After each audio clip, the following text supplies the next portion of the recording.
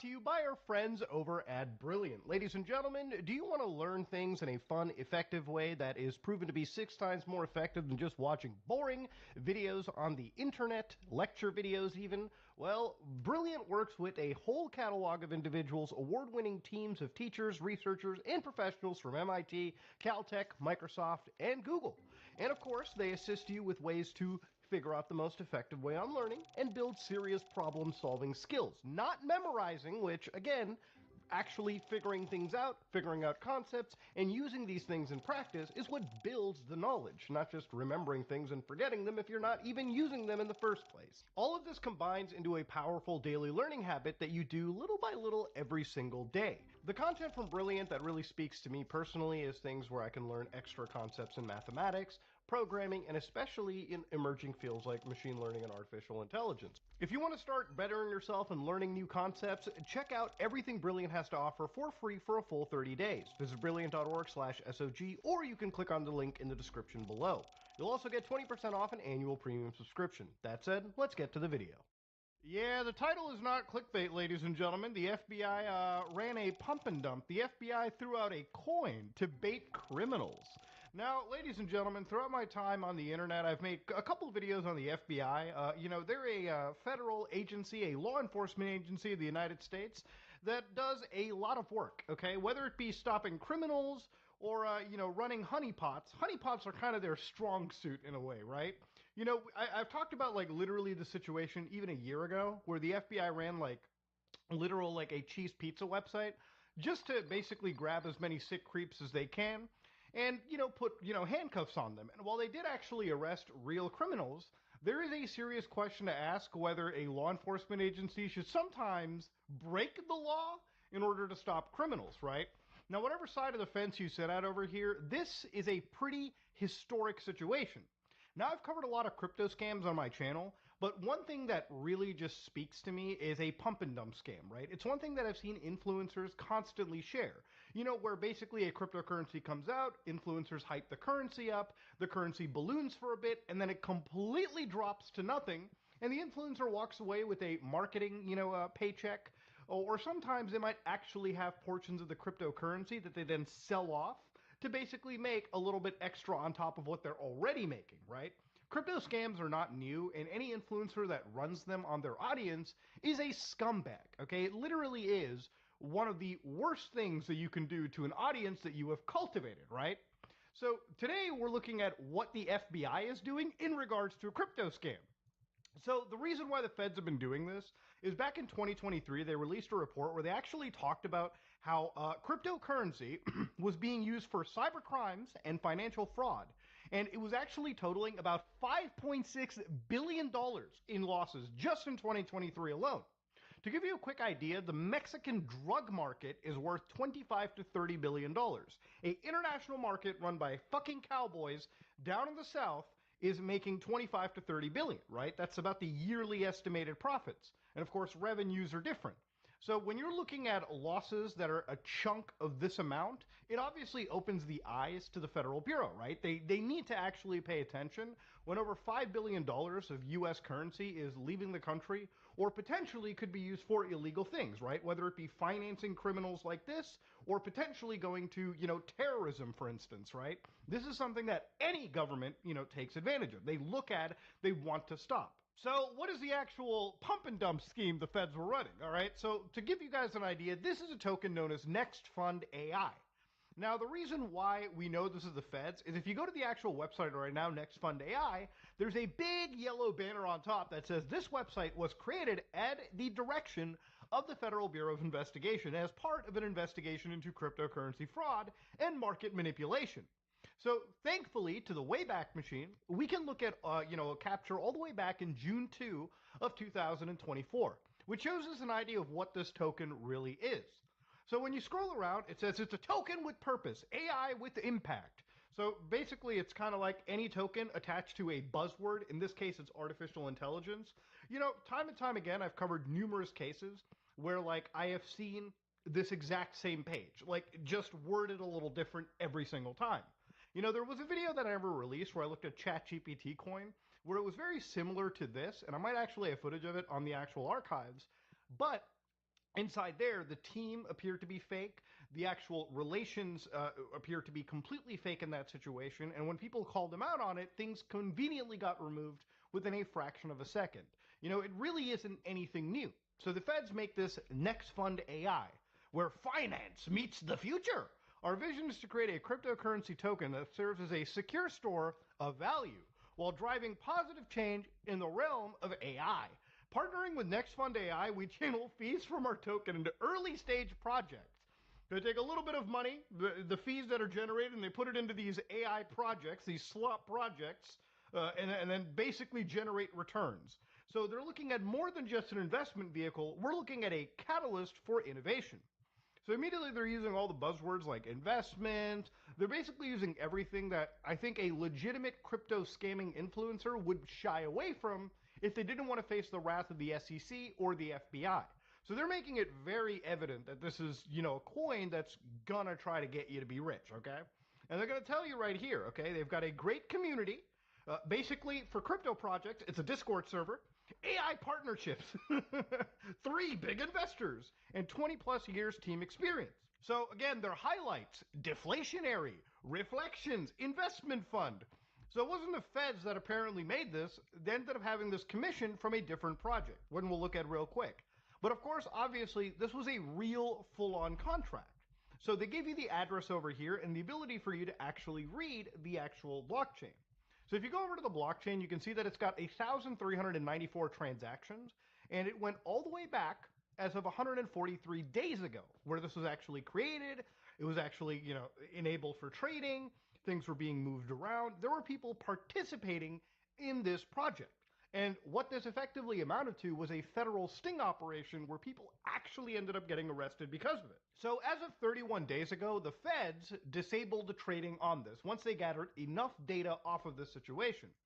So again, to remind you guys, okay, reading the blockchain, everything in cryptocurrency is all stored on a blockchain. Now, with the exception of certain chains where anonymity is a must, when it comes to Ethereum, when it comes to Bitcoin, if you have a wallet address and you can identify the person behind that actual wallet, which in some cases you can, and if you looked at a previous investigation that me or really any other investigator on the internet has done, you could find out that there's ways to link a person to a crypto wallet. Once you can do that, you can kind of figure out what that person is doing on the internet, okay? That's the benefit of crypto. We can see everything happen on the blockchain. Remember, men lie, women lie. The blockchain does not lie. But of course, in this situation, it's really hard to identify what's going on. So what the Federal Bureau was after was something known as wash trading. So just to show you guys like some of the partner projects that the feds threw in, it was fintech AI trading, literally getting iRobot. That's a character from iRobot literally doing trades for you. AI language model power. Again, this is so patently bullshit that anybody can look at this and think, yeah, it's obviously a scam. But I really feel like cryptocurrency people are just different beasts right there. So realistically, it doesn't really matter. You could throw whatever you want. As long as a project appears to be functioning and moving, people might just buy into it. So according to the feds, 18 individuals and entities were charged in the international operation targeting widespread fraud and manipulation in the cryptocurrency market. So where this all basically started from is, according to them, according to the Federal Bureau, this all started from a group known as Saitama LLC. So according to this one indictment, where 3 individuals were brought in, names are Manny the Hitman, N-Tran, and Aaron Saitama, okay? They were brought in like multiple counts.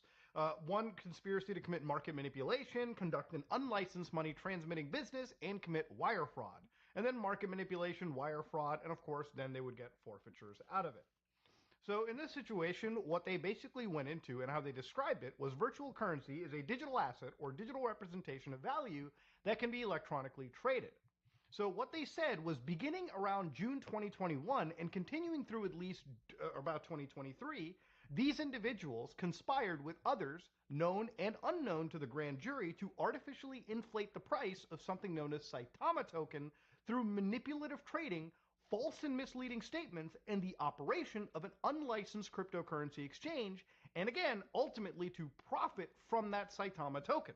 So what they had alleged over here was basically they were operating by engaging in manipulative trading of Saitama token to create actual or an apparent trading volume, thereby inducing others to trade that token and inflate the price of Saitama token. They solicited investors to buy Saitama token through their website as well as through online marketing and messaging applications such as Telegram, Twitter, Instagram, and YouTube. So anytime you go onto like that crypto YouTube side and you see people like, hey, you should get this coin, it's going fucking crazy, or you go to Telegram and it's like, buy, buy, buy, buy, buy. Sometimes it's really just these assholes who try to like push this token when it really isn't actually worth anything, and they try to like hype beast it into something that could have value. So what they did was make and cause materially false and misleading statements about Saitama, its products, and its financing, creating and operating an unlicensed money transmitting business that allowed users to buy and sell the token and other cryptocurrencies. And of course, the best part, selling the tokens for profit, often while publicly denying that they were doing so. You know when some guy tells you, oh, hold it, diamond hands, they're already selling and you're the fucking idiot. That's what's going on. Moving Saitama operations offshore to avoid disruption of the scheme by regulators and law enforcement authorities in the United States. So these people pretty much were, like, the U.S. alleges that they knew what they were doing. It's not like this was an accidental oopsie. Like, these people were very, very intelligent. They understood exactly what was going on, which is why the hammer comes down as hard. So obviously, to understand how this happens, right, wash trading isn't new. This is something that, basically used to kind of happen, from my understanding, back in the 30s, right, in the actual stock market, where one broker would buy and one broker would sell within a 30-day period. For example, if you go into any like coin market cap, you'll find one token known as like Pepe, for instance, right? Now, if you look very closely at Pepe token, you can see that in a 24-hour volume, it has $527 million moved. Now, if you read these charts, you'll notice that underneath these green or red bars, you'll see these smaller bars. So these are all volume bars, right? Basically, it means in a 24-hour period for this specific day in 2024, you're looking at almost $2 billion of movement volume. Now, volume is just money that you basically move and buy and sell. It's money just moved around in the market. That doesn't mean that every single, dollar that has been moved is a healthy move. Sometimes, and this is what the story is, and what the FBI is alleging, is that a bunch of criminals jumped into any of these cryptocurrencies and decided to buy and sell. So in about like a day, let's say, for instance, 3 companies came in and they just bought and sold $350 million worth of activity. Now, to the outside person looking in, if you're thinking of making money on the crypto market, you'll look at a token like that that's already like the top 10 traded token of that day. And you'll think, man, if there's $350 million moving around, maybe I should buy some of it and sell when the price goes up.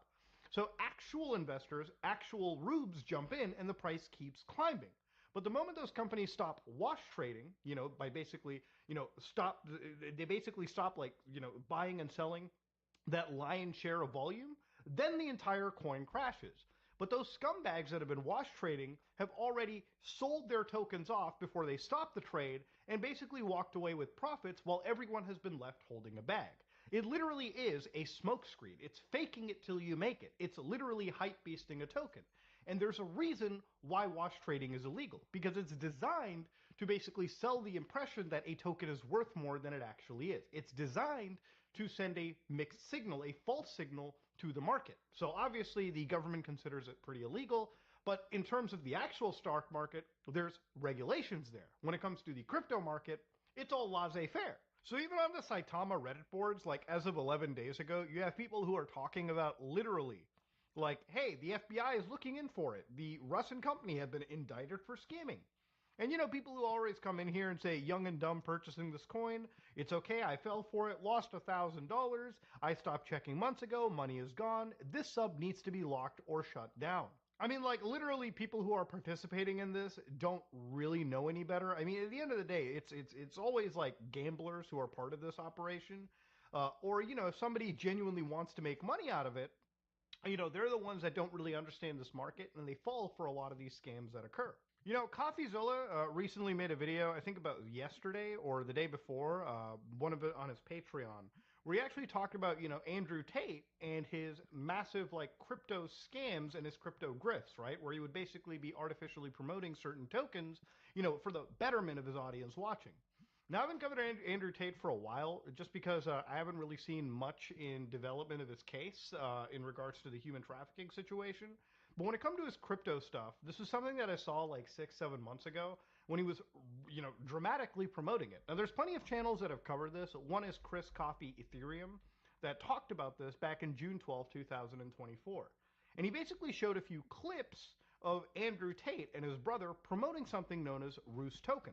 I don't know what actually happened to get in the thumbnail and kind of get subtle. Not during the stream. I can't always buy it online. He has me blocked. He's had me blocked for a while because I ran his private group. First and foremost, before even starting the stream, this is the thumbnail, and it's them literally holding a token called a Roost. I actually traded this during the stream. I came out a little on top, but I'm a little confused at this because it seemed to be a partnership. There was points of the stream where Andrew Tate's brother, I don't even know his name, was mentioning Roost as if it was some type of collab. He's like, yeah, they're cool.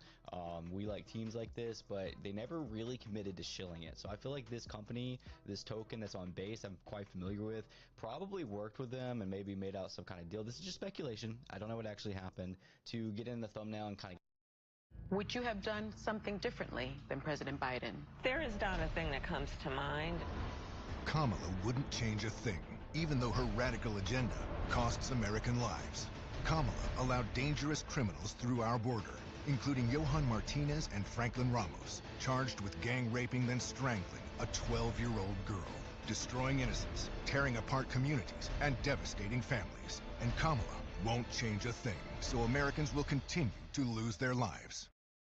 Whatever you do, do it for less at Harbor Freight. And it would all tie together pretty well if I gave you guys a few months. I've given you some tidbits. We have Roost that I'm invested in. So yeah, there's like clips where he mentions this specific token by hand, Roost. And when you go to the actual website over here, it's like, hey, here it is. This is what Roost token is. It's just like, fucking Bird Soy Jack. They ripped off the Shardy. And, they got like some contract addresses over here. They basically taught you how to load into the coop, so to speak, right? Anybody that buys this, I mean, in my opinion, you are a complete and fucking utter rube. But, people who look at influencers like Andrew Tate are like, oh, this guy's financially successful. And somehow that brings itself as an authority to that person's, idea on, making more money. Somebody might jump in and think, yeah, I'll put in some of my money because this guy's promoting it. Maybe he knows what it's all about. But in reality, this token ended up actually just getting hacked. And from Coffee's video, you can see that the price of Roost, like most of these meme coins sold by influencers, goes down 99%. And obviously, even according to this video, Roost is down 90%. Roost's treasury wallet got hacked, so the community literally got scammed. And to make it worse, the guy who got hacked was anonymous. So not a good situation whatsoever. And it's one of those things where even some influencers like this, like Andrew Tate, as of yesterday, was like, having the power to randomly pump any coin on the chart is super fun. Yeah, I wouldn't really be admitting to that, especially if you've got like a federal investigation brewing up, especially if you're at somebody the size and notoriety of somebody like Andrew Tate. So to go back to, again, the Saitama situation, to go back to, again, this crypto investigation that the U.S. launched, this is a testing project for them to see how this scam works. And according to the feds, it was pretty successful. So to go back, Saitama, which was this company, allegedly purported to create a series of products that could be used within its token, and at its peak, boasted a value of $7.5 billion. So when they started to look into like the memes, like pump it up, various gifts that were posted around, what was alleged was Saitama leadership had paid several market makers to wash trade, basically generate misleading volume on the Saitama cryptocurrency and various exchanges. And that include Bitmart, LBank, XT.com. And it was apparently Saitama that paid ZM Quant and Gotbit. So when the feds operated Next Fund AI, they basically threw this coin to see how some of these scammers would operate. And the way that they discovered, according to their investigation, was that basically the cryptocurrency companies hired those financial services firms, those market makers, to wash trade the tokens in exchange for a little payment. As one market maker defendant, who had agreed to plead guilty, described the practice to a prospective client. The objective on the secondary markets is to find other buyers from the community, people you don't know or don't care about, because we have to make the other buyers lose money in order to make a profit. This is how the pump and dump works. You pump, you sell at the pump, and then everyone loses at the dump. So what the FBI said was 3 market makers, DM Quant, CLS Global, and MyTrade, along with the employees, are charged with allegedly wash trading or conspiring to wash trade on behalf of NextFund AI, a cryptocurrency market company, cryptocurrency company and token created at the direction of law enforcement as part of an investigation. Literally, this is the first trap coin that has ever existed. Quite literally, a trap coin by the feds. So now, in the market, there's federal law enforcement agencies, whether they be the feds, whether they be the Europeans, whether they be anybody, who is now operating scams that the scammers, if they fall for, could suffer some serious jail time. So, I guess at the end of the day, one of the questions you may have to ask is, Muda, how much money do the feds make in their pump and dump? Well, according to the boys and girls over at the Federal Bureau, more than $25 million in cryptocurrency has been seized, and multiple bots responsible for $1 million of actual wash trades were deactivated. Remember, this isn't like a person sitting down and wash trading. A lot of these companies would just have bots who would buy and sell. So you would just have, again, bot traffic on the internet participating in financial fraud. So yeah, the feds ended up taking down a bunch of scammers, and in the process of doing so, ended up enriching themselves $25 million. So this is probably the only time where I've ever seen a pump and dump where I'm actually rooting for the scammer, which in this case is quite literally the FBI.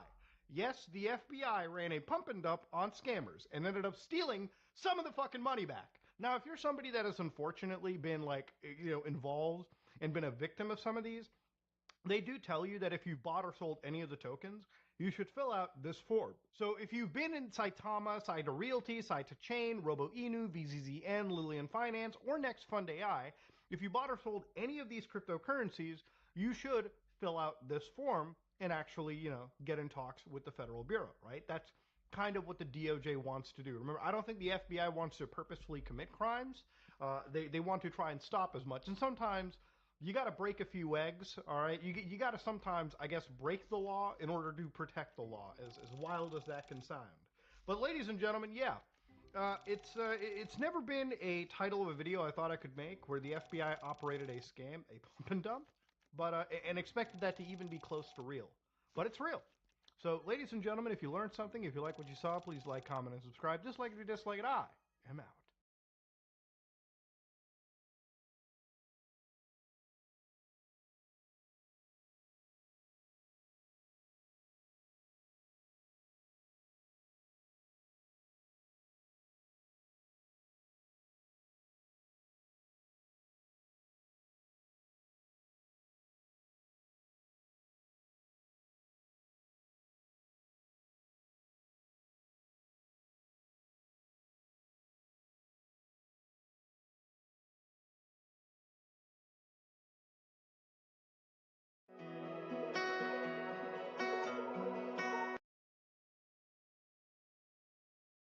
Gals, me Mutahar, and you guys know that I was going to be talking about some Pokemon leaks, but to be fair, today we're talking about a subject matter that is so wild, so filthy, that judging by the thumbnail indeed, there needs to be an adult present as you watch this video, okay? So, ladies and gentlemen, over the course of the weekend, there was a massive leak by one of the most independent games that you've probably ever heard of, Pokemon, right? Now, to give an idea, there's the leaks have been confirmed, okay? So, ladies and gentlemen, the account Centro Leaks that was basically going off, showcasing build screenshots, gameplay of X and Y, numerous DS games, 3DS games of the Pokemon series, nothing, I believe, super unreleased. But, yeah, that stuff has been basically DMCA'd by Nintendo, alright? They're not taken too kindly for it. Anybody that was looking forward to looking at some beta designs for actual Pokemon characters, yeah, this was an exciting thing. I believe it was somewhere around almost a terabyte of leaks that occurred, and this was confirmed even further by Game Freak when they posted this statement right over here. Now, obviously, I don't speak Japanese, but I can confirm and tell you that because of this leak, it actually contained about 2,606 employee information's personal records. So some of that leaked information involved the name, their company email address, and of course, it wasn't just people working at employees. Obviously, it was contractors as well. And of course, responses to individuals whose personal information has been leaked, they're contacting employees individually. And of course, measures to prevent recurrence. What they said is they've already rebuilt and inspected their server, and they strive to prevent recurrence by further strengthening their security measures. And of course, anybody who wanted to inquire, you can reach them even closer. Now, there was one really scary thing that was talked about. Apparently, the most, unreleased of Pokemon games, ZA Legends, Arceus, I believe. Or, not Arceus, that was the last Pokemon Legends. But this one was actually possibly leaked. In fact, a PC version exists, most likely a development build. Now, this is where I kind of want to address this video and talk about misinformation. One of the reasons I held off on talking about this was the legal branch of Nintendo is not something that I like to ever play with. Okay, it's just not ideal. You don't want to fuck around with Nintendo's lawyers. Okay, slit your throat if they have to. So of course, when I was looking into it, usually when a video game gets leaked, it's probably sitting on 4chan or something in a way that you could download it. I have not seen gameplay of this leak. I have not seen anything. The only actual mention is one of the hackers has a copy of this, but they're not going to leak it, which 100% of the time usually means that they're just saying shit for clout. Obviously, if they had a leak of this, it would have been brought out. It would have been distributed at this point, okay? I've never seen a video game leak exist and never been distributed in my entire existence in the world, okay? All right, when Insomniac got hacked, one of the first things people were picking through was the leaked Wolverine build that existed. In fact, that leak was so bad, there's actually groups that rebuilt Spider-Man 2, I'm not joking, literally rebuilt Spider-Man 2 all the way for the computer. It's insane shit. It's got its own launcher and everything. Wild stuff. But of course, ladies and gentlemen, one of the reasons why I want to talk about this is because there is actually a set of stories that have been floating around, fan fiction, as some would say, of the adult variety. You know, I started my channel off reading creepypastas, and one of the most popular videos that I made years ago with my friends was reading troll pastas and scary stories. And, you know, there were stuff where we read things like Bin Laden's, creepypasta, right? I think it was like Al-Qaeda.exe. You know, we've... God damn it. Can't say that out loud. And then, of course, we've also read things like My Immortal together. So for this specific video, I got me, I got Imaru, and I got Kyle. And I got the boys together, real Avenger-level threat. And we're going to read through some really naughty Pokemon fanfictions right now. So after we've done reading these, I'm going to come back to the video, and we're going to look at things with a bit more clear lenses. Your future is at your fingertips. Take advantage of the flexibility and diversity of futures trading with NinjaTrader, the #1 rated futures broker. Start trading futures today.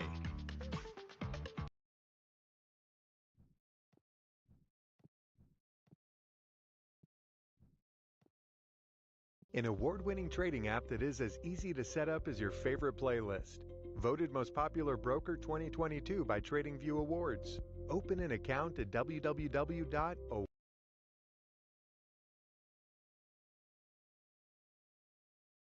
All right, so it's been a while since we've got the boys together, ladies and gentlemen, but I figured since we read the My Immortal and all the other internet horror pastas, today we're reading something actually real, actually from Nintendo, allegedly, sorry. Let me start that again. I'm going to say allegedly just for legal sake here. Okay. Ladies and gentlemen, I have Imaru and Kyle. Say hi, guys. Hey, all. Good to be back. So it's been a long time since we've got the boys together to read a creepypasta for, I would say this is haunted gaming, but we're not dealing with something allegedly fictional. We're dealing with something allegedly from the leaks of Game Freak. Now, what I'm about to read is something really disgusting and harrowing and incredibly funny in a very dark cosmic way. So without further ado, we've got 5 creepypastas from the alleged minds at Game Freak, okay? So where they weren't putting time making their games, they were definitely putting some time writing these masterpieces together. So this one is, we'll title it, The Relationship Between Humans and Pokemon. Human-like Ways of Thinking. So, long ago, when the boundaries between Pokemon and humans was unclear, there was a village somewhere.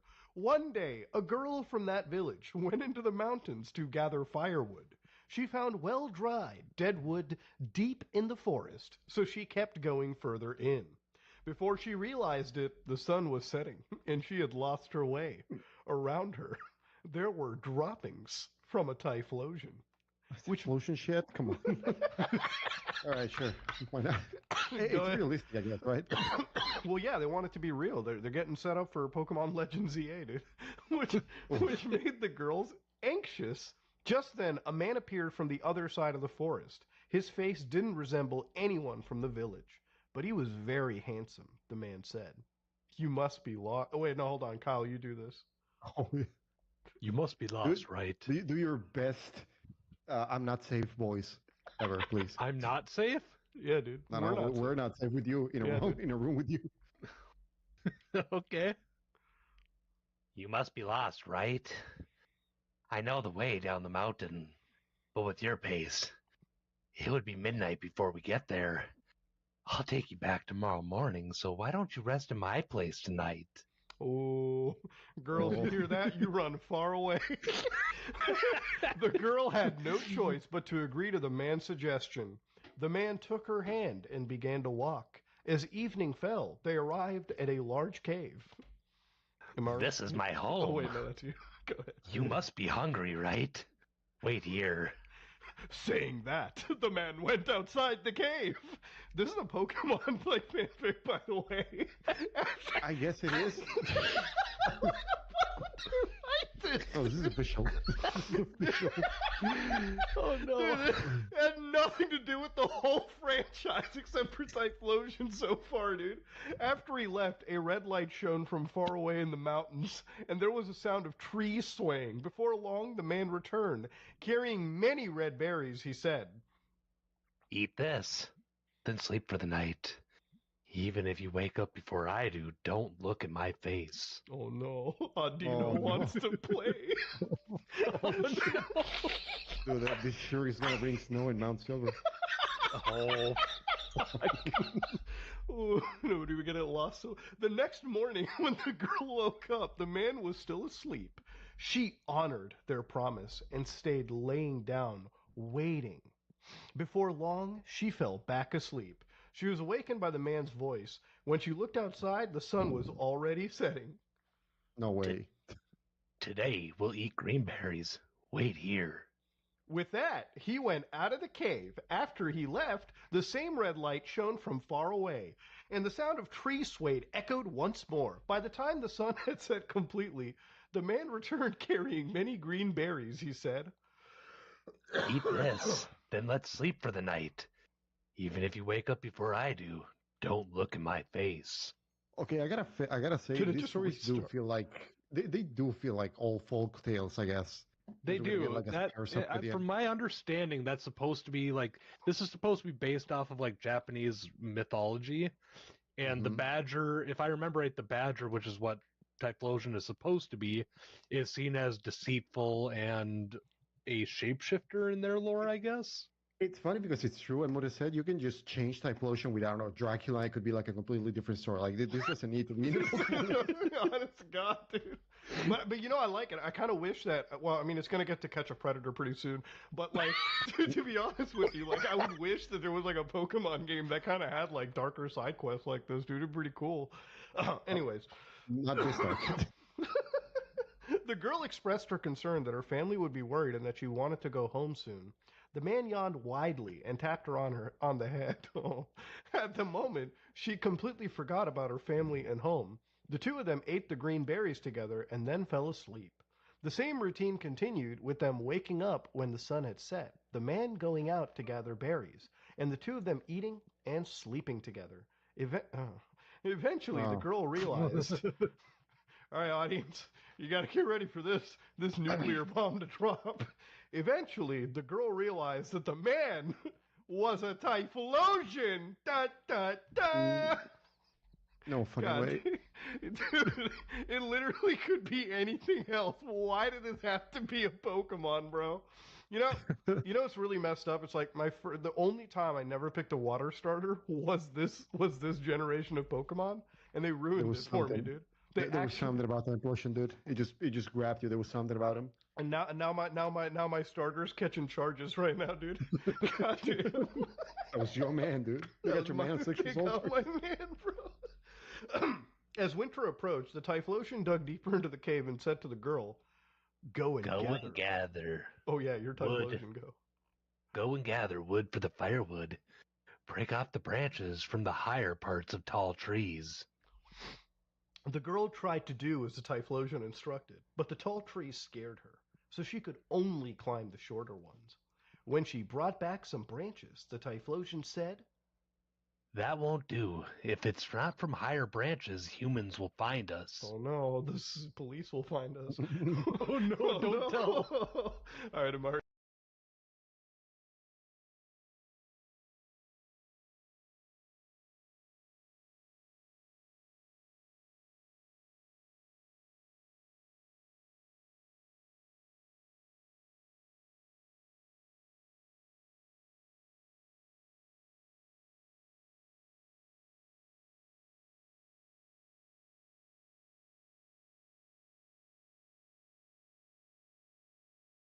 I've recently been on a streak of sharing good news with all of you, positive, silly, or wholesome things. But just like my wrist when I was 15 playing in a wiffle ball game, it's time to break it. I have to share this story here. The streak is coming to an end. How many of you know the name Christopher Schultz? I imagine not that many of you, unless maybe you see him in the comment section on Pornhub or something. He is a deplorable degenerate, worst dad of the year. Earlier this year, he killed his 2-year-old daughter by leaving her in a hot car. 109 degrees. She was left in the car for 3 hours so he could go inside and do some online shopping and watch porn. And also played some video games, no doubt bottom fragging in whatever game he was playing, and for 3 hours he left his daughter in the car to die. So I'm being treated like a murderer?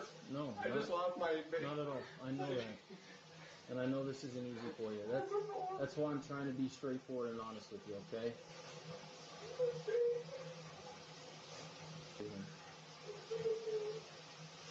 Not the most convincing performance with these crocodile tears he tried to squeak out. His eyes couldn't really get moisturized at all there.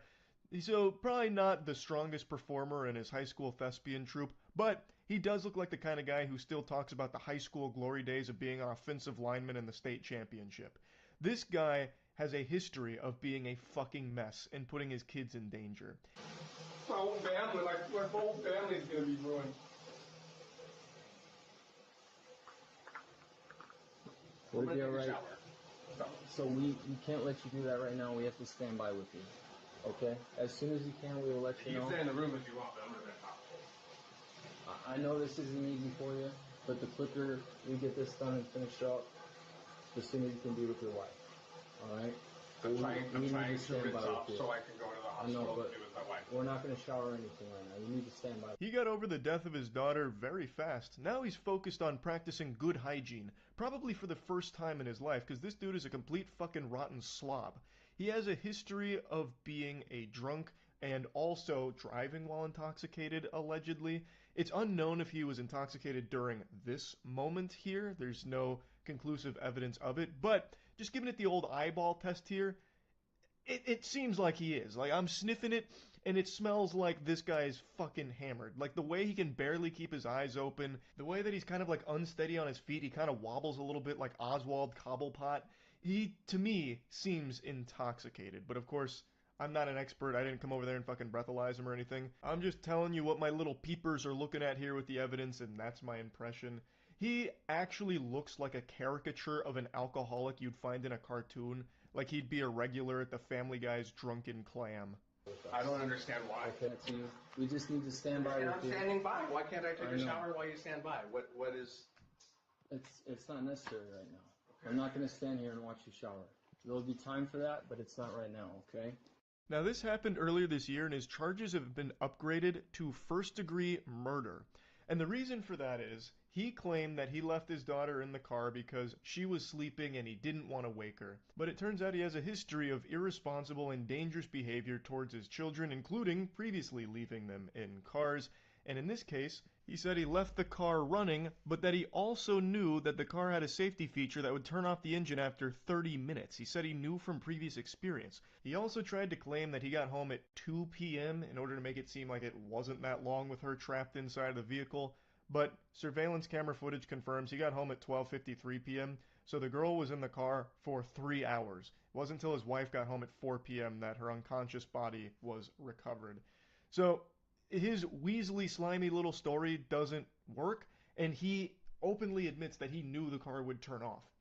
Now, they're trying to claim that he forgot the child's in the car, saying, like, this kind of thing happens, people just forget their kid in the car. And I guess that is true, because for as long as I can remember, probably for as long as cars have existed, there have been hundreds and thousands of reports of kids and pets dying in hot vehicles because the people were too stupid to recognize that you shouldn't do that, that that's a bad thing. So yeah, I know that is correct. People do forget their kid in the car sometimes, but that's not a good excuse. That's for the most dangerously moronic of society, and I don't think that that somehow should, be okay. Like, oh, they made a boo-boo, what a mistake, a whoops-a-daisy moment. We can't throw them in jail for that. Yes, you should. That is too stupid to be allowed in society. You are a danger to the people around you for being such a fucking idiot. Like, I think that is not a good defense at all. Even if that is the case. I don't know if he planned to kill his daughter here. There's no way I'd be able to tell. But regardless, his irresponsible, dangerous actions led to her death. That is an irrefutable fact. And he needs to face the harshest possible consequences for that. And there's a lot of messages that confirm that this guy is just a complete fucking menace. You haven't shown me you can stop putting the girls in danger or not treat me badly. Even yesterday you drove home drunk with 2 minors. I've been asking for 3 years to cut back and it's actually gotten worse. You replaced cocaine with alcohol. He repeatedly put their children in danger over and over again. Also apparently shoplifted beer 2 or 3 cans at a time. So this guy was just fucking boofing beer cans on his way out, just putting them in his prison wallet and shuffling away, I suppose. And there is also numerous incidents where children were wandering around the neighborhood unsupervised without Schultz knowing they were out of the house. On the day of the child's death, the police gave a timeline. The 2-year-old had been in the car for more than an hour and 10 minutes when Schultz began browsing the internet. A computer search shows over half an hour. He visited a shopping site, then spent 5 minutes watching pornography videos. No one removed the child and tried to save her until her mother came home at around 4:15 p.m. About 3.5 hours after police say surveillance cameras saw Christopher Schultz park the car and walk away. Also, according to his other 2 children, he had got distracted putting food away and playing video games. So that's like the whole timeline here. This disgusting Cro-Magnon made the inexplicable decision to leave his daughter in the car because she was sleeping and didn't want to wake her for whatever reason. Claimed he left the car running even while knowing that the car would shut off in 30 minutes. Goes inside to do a little shopping, probably picking up a few nipple clamps for himself off Amazon, and then watches 5 minutes of porn, so he must have seen one boobie and busted, and then spent the rest of the time putting food away and playing video games. All the while, his daughter was dying in that car. What a piece of shit. And again, this isn't like a freak accident from this guy. He has a history of this kind of dangerous behavior with his children. And here's another text message to confirm it. On the day the child died, the mother on the way to the hospital with daughter texts him and says, "I told you to stop leaving them in the car. How many times have I told you?" He replied, "Babe, I'm sorry." So he has done this a lot. It's been confirmed by many others that Christopher Schultz left his kids in the car pretty frequently. I'm also going to throw this in here because I found it kind of sad when reading about this. Schultz's wife spoke during his appearance in court where he's pleading not guilty to the charges, and she spoke saying that she wants him back home with their other children to begin the grieving process. She also said he is not a risk to the community. He's a risk to everyone.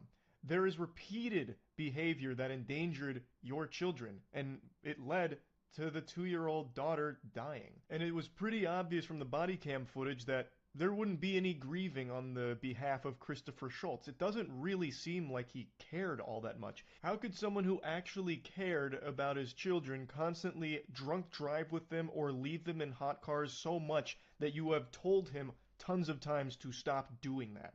That is not the actions of someone who cares. That is the actions of an evil piece of shit. And it seems like she's going to be sticking by his side, which I just do find sad. I'm not like blaming her or anything, because I understand when you've been with someone for so long, it's very hard to come to terms with something like this happening. But she mentioned how he treats her badly and constantly goes against her advice of keeping the children safe. He did the most irresponsible and dangerous shit with his kids frequently. This is not someone that should ever see the light of day again. Schultz also has a 16-year-old from a previous relationship who spoke out about this, saying that Schultz would leave her alone inside of the car sometimes for hours since she was as young as 7. It makes plenty of sense. Actually, I'm surprised it didn't happen sooner. Once I had to go sit out in the car for 4 to 5 hours and continuously had to restart the car and had only eaten once that day. Like, this is someone who has no regard for human life outside of his own. He, from what I can tell, and this is me just on the outside looking in, it seems like this guy really viewed children as a burden or a nuisance, so any opportunity he had to, like, distance himself from them, he would take. And that would be leaving them in the car so he'd go inside and watch porn and play games without having children around to bother him or something. That's the impression I get from this. There is no other explanation for this reckless behavior and this endangering of his children. She described that period as a nightmare, saying that it changed her as a person and she'll never be the same as she was before she moved into that house, and that it got so bad in 2021 she tried to take her own life because she didn't want to live with her father. Child Protective Services got involved and Schultz lost custody of her. This man has a complete disregard for the well-being of his children. This is not the case of a good man making one mistake. This is the case of a bad man making tons and tons of mistakes until it costs someone their life. I truly don't believe that this is some kind of forgivable accident, that it just slipped his mind his daughter was still in the car after it had turned off. This is someone that should face the maximum possible sentence here. I don't know if they'll actually get first-degree murder charges to stick on him here. I'm not a fucking lawyer, but I'm sure there will be some charges that will stick in this case, and I hope that it carries a huge, huge prison sentence. But anyway, I just wanted to talk about this a little bit. That's it. See ya.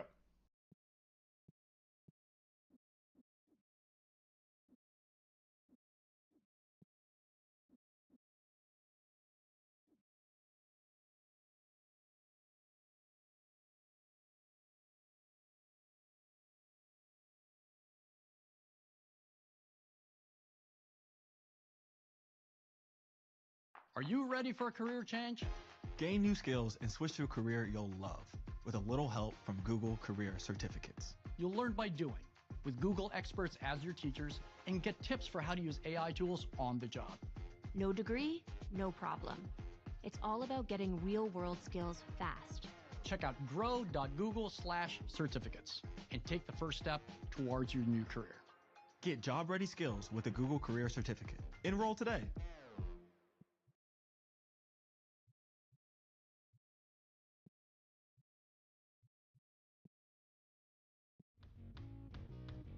Disney Speedstorm is available now on mobile and PC with Google Play Games. Experience more ways to play and sync across your mobile and desktop devices. Download and race your way with Google Play Games today.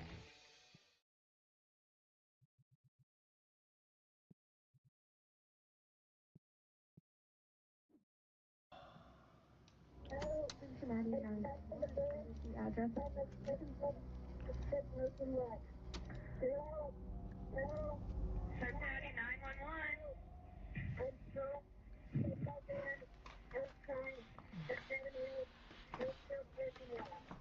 It's 3:16 p.m. on April 10th, 2018. A 911 operator receives a call from 16-year-old Kyle Plush, who had just experienced a freak accident. In the minutes prior to this call, Kyle had just arrived at the Seven Hill School in Cincinnati, Ohio for a tennis match. He had been driving a 2004 Honda Odyssey, a minivan that featured 3 rows of seating, with his gear for the day's match being stored in the very back. In order to retrieve it, Kyle climbed to the back of the vehicle and reached over the 3rd row seating, extending his body as far as it could go in order to grab his equipment, when suddenly, the seat's folding mechanism was engaged, causing it to collapse into its storage position. Wait, I've had it before. With it. In an instant, he was pinned and completely unable to move, as he was now trapped in the car upside down, not even being able to move his arms and hands enough to grab his cell phone. Though luckily, his phone had Siri, which he would call out to call the police. Smart guy. Hello? Hello? Hello? Where are you? Hello? Where are you? I can't hear you. While on the phone, Kyle couldn't hear anything given how far away he was from the device, but he stated as clearly as he could that he was in dire need of help. Due to the position he was stuck in, he was already struggling to breathe, and he knew he was likely not going to survive much longer, which he made very clear to the operator. I'm in desperate need of help. Hello? I'm gonna die here. Less than 1 minute later, the call would cut out. In the recording, Kyle clearly portrayed to the operator where he was, that he couldn't hear her, and that his life was in danger, which prompted her to immediately send a patrol car over to the school in search of him, though inexplicably, she never told the officers that Kyle believed he was going to die. What?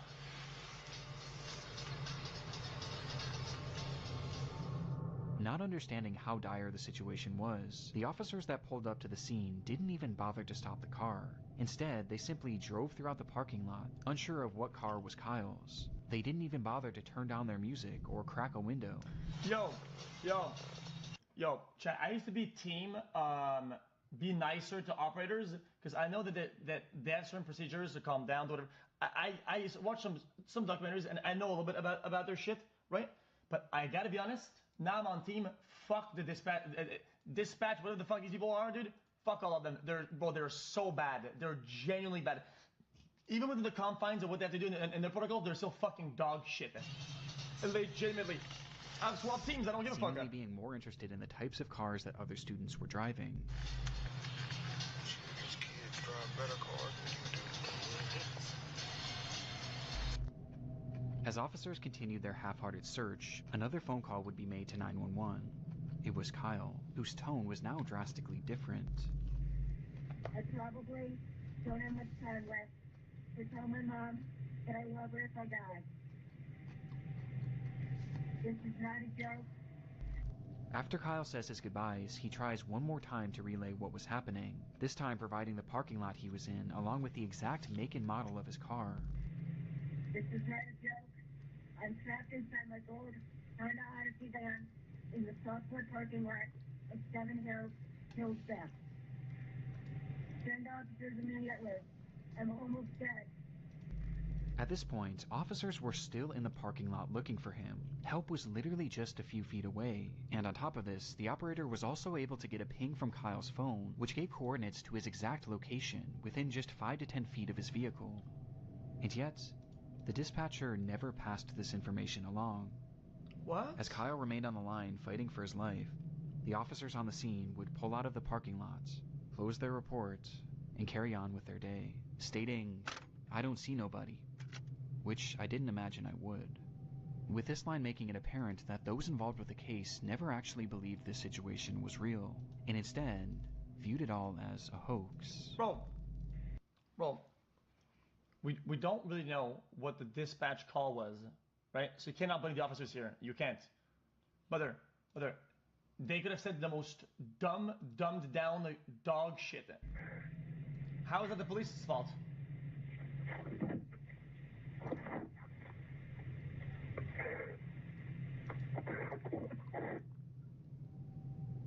Just minutes later, Kyle would go quiet, and the phone would disconnect for a final time.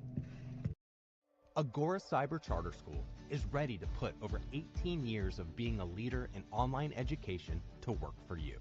Dive into curriculum designed for the online classroom. Team up with Pennsylvania certified teachers trained in virtual instruction. Nice! Take control of your child's education journey and harness the power of personalized learning with a leader experienced in preparing kids for a future they can be excited about. Discover the Agora difference.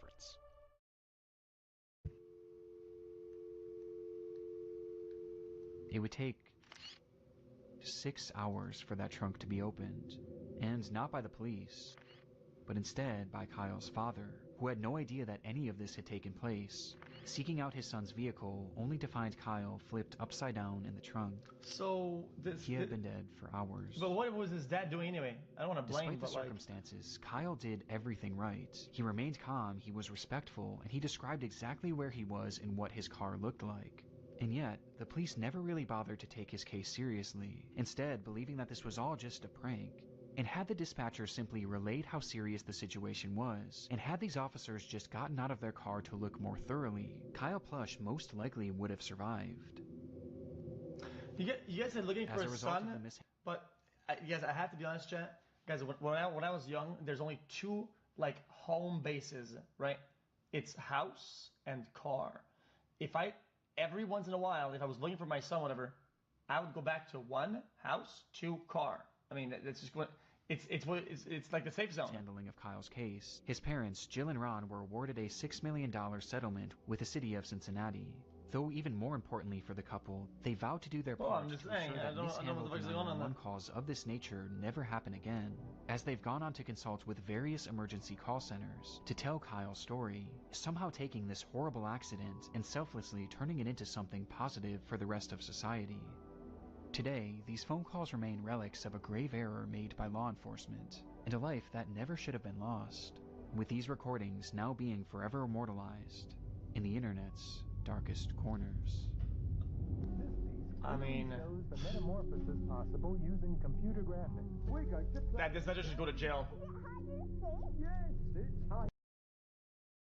That's criminal negligence, flat out. The fuck is that?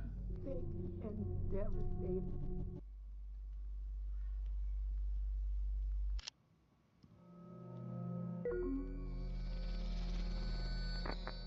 It's April 4th, 2020.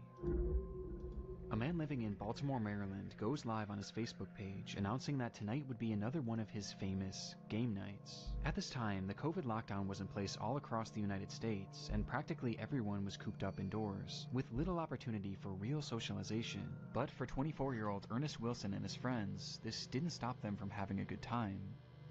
Ernest often hosted parties featuring childhood games like Monopoly and Uno, adding in his adult flair by turning them into drinking games, with one game in particular being top of mind that night: hide and seek.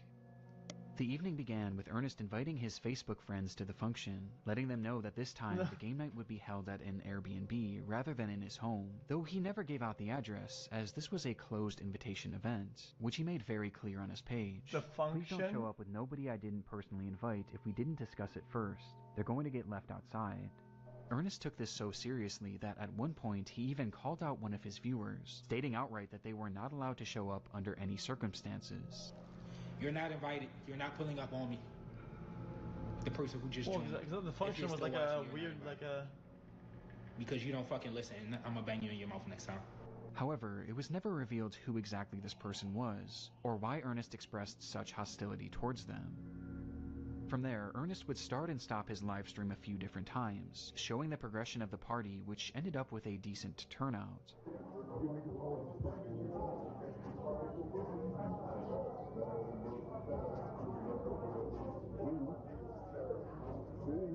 And by 2 a.m., with there being no signs of slowing down, it was time for the main event.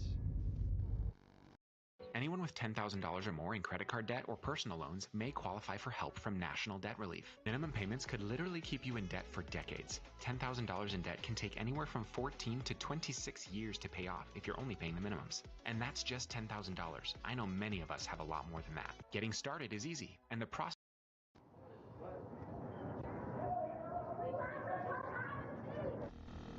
About to play hide and seek. This was the caption for Ernest's final live stream of the night, which shows his group of friends preparing to play the game, turning off all the lights in the house before Ernest himself steps outside, assuming the role of the seeker, beginning his countdown as the camera keeps rolling. Yo. 1, 2, 3, 4, 5, 6, 7, 8, 9, 10, 11, 12, 13. I can hear y'all 14, 15. I can see y'all 16, 26, 27, 28, 29, 30. Because I'm tired of fucking counting. Ready or not, here I come. After a long 30 seconds, it was time to find his friends, with Ernest starting his search inside the home. Ain't nobody in this bathroom. I didn't think nobody. Fuck. Oh, alright. His ass. I don't know what to expect then. Until he notices something. Next time they on y'all ass. Down here.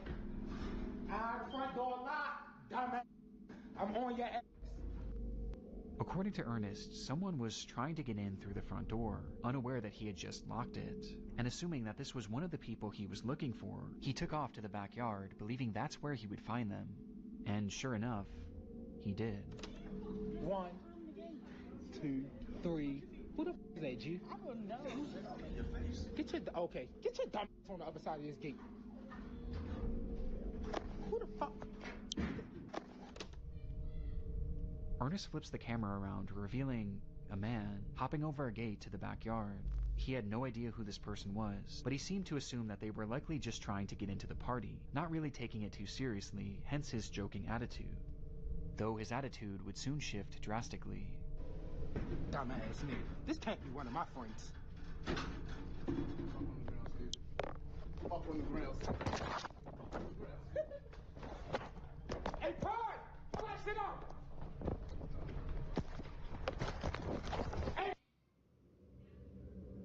In this moment, Ernest's live stream cuts off, and he would never go live again.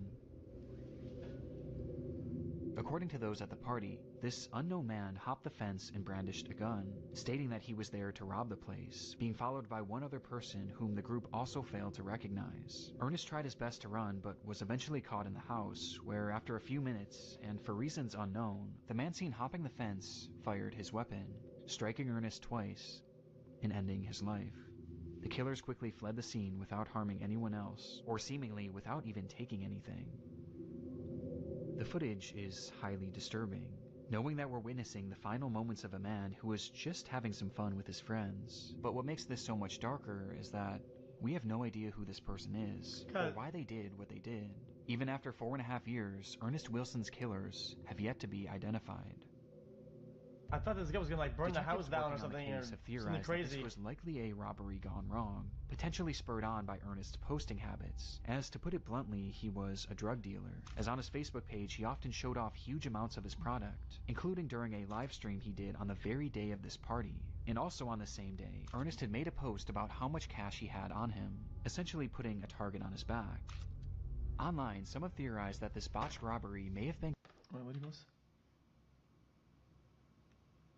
Putting a target on his back. Online, some have theorized that this botched robbery may have been committed by the person that entered Ernest's livestream earlier that night, which caused him to have that intense reaction. You're not invited. You're not pulling up on me because you don't fucking listen, and I'm gonna bang you in your mouth next time. Though to my knowledge, this person has never actually been tracked down. But by far the most common sentiment online was that Ernest's friends were involved to some capacity, as none of them were injured and none of their possessions were taken, making it clear that at the very least this crime was targeted at the host. And on top of this, remember, Ernest never shared the address for that Airbnb, at least not publicly. And yet, these people just so happened to show up to the home at the exact moments that Ernest was by himself in the dark. And perhaps most chilling, depends. As the robbery is unfolding, you can hear one of Ernest's friends chuckling in the background. This can't be one of my friends. Up on the ground. Though as concerning as this is, it's sadly far from conclusive, and to this day it appears that Ernest's case is slowly being lost to time, leaving us for now with only questions, and one of the more disturbing live streams I've ever seen. I feel like speculating people are involved, maybe, sure, but at the same time, there's a lot of kind of arguments for these things. Like, brother, if these guys are in the house and something wrong happens or whatever, and they shoot the guy because maybe he was like resisting or like jumping at or something like that, right? After they fired a gun, everybody heard it or whatever, and they killed somebody. I don't think they go and rob. I don't think they go to rob other people or like do anything, right? They get the fuck. They would get out of Dodge ASAP. That doesn't really make any sense. And now these messages. Before we dive into our next case, I want to first thank today's video sponsor, Fact.